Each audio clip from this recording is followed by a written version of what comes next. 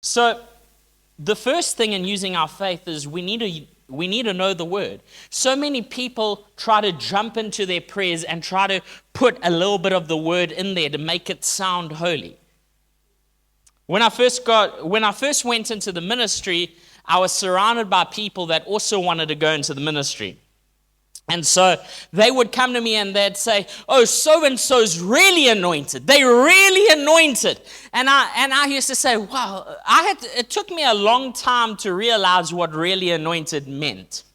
I was in the ministry before I realized what anointed meant. Anointed to do something just means empowered by God's presence, His Spirit, to do something. When someone sounds holy, it doesn't mean that they're anointed. It just means that they know how to sound holy.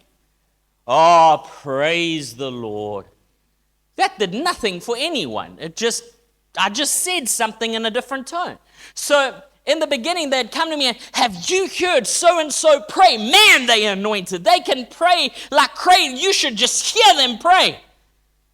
But family, they went and they prayed that same prayer every single prayer meeting for 2 years. Eventually, it just was something that they were doing to do.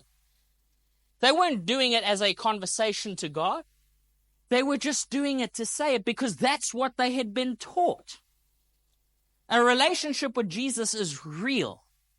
And we need to know the word, because if we don't know the word, Satan will use the word against you.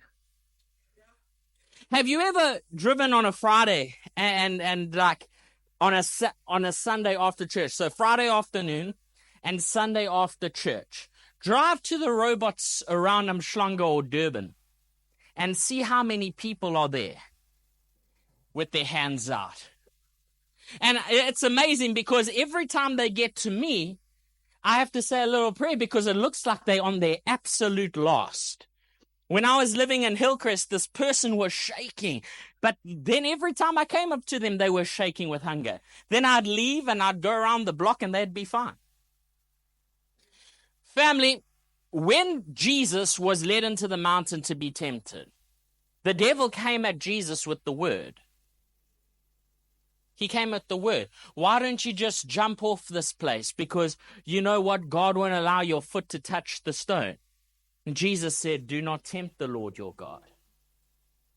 So the devil comes to us sounding holy, but we must know the word.